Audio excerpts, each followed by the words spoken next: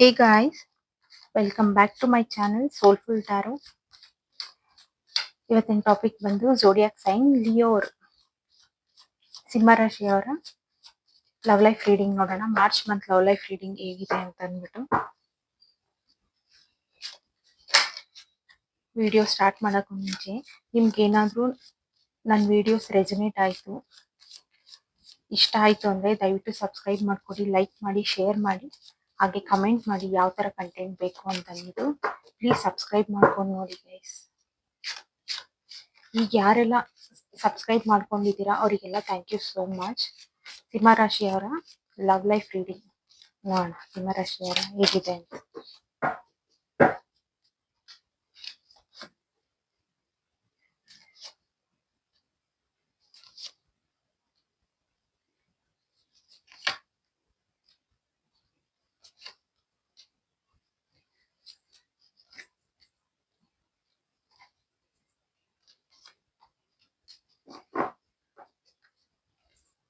Guys, ಇಲ್ಲಿ ಆ ಪರ್ಸನ್ನು ಸ್ವಲ್ಪ ಸ್ಟಕ್ ಎನರ್ಜಿನಲ್ಲಿ ಇದ್ದಾರೆ. ಥರ್ಡ್ ಪಾರ್ಟಿ ಇದೆ, ನೆಗೆಟಿವ್ ಎನರ್ಜಿ ಇದೆ.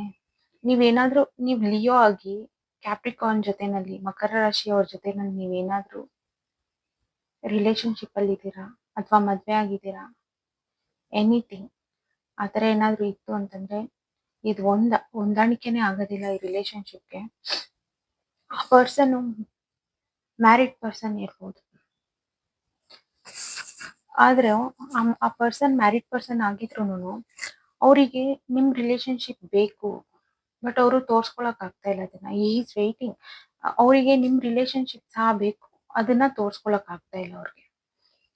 ಬಟ್ ನೆಗೆಟಿವ್ ಎನರ್ಜಿ ತುಂಬಾ ಇದೆ, ತುಂಬಾ ಸ್ಟ್ರಾಂಗ್ ಆಗಿದೆ. ಮೇ ಬಿ ಇಲ್ಲಿ ನೆಗೆಟಿವ್ ಎನರ್ಜಿ ಅಂತಾನೆ ನಿಮ್ ಪರ್ಸನ್ ಯಾರಾದ್ರೂ ಕ್ಯಾಪ್ರಿಕಾನ್ ಆಗಿದ್ರೆ ಮಾತ್ರನೇ ಅದು ಅವ್ರ ಎನರ್ಜಿ. ಕ್ಯಾಪ್ರಿಕಾನ್ ತೋರಿಸ್ತಾ ಇದೆ ಅವ್ರ ಎನರ್ಜಿ. ಸೊ ಥರ್ಡ್ ಪಾರ್ಟಿ ಇದ್ದಾರೆ.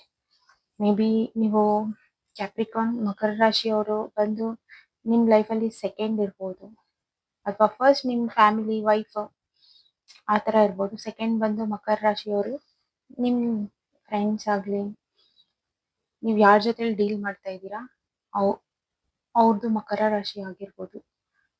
ಥರ್ಡ್ ಪಾರ್ಟಿ ಅಂದ್ರೆ ನಿಮ್ ಫ್ಯಾಮಿಲಿನೇ ಬರ್ತಾರೆ.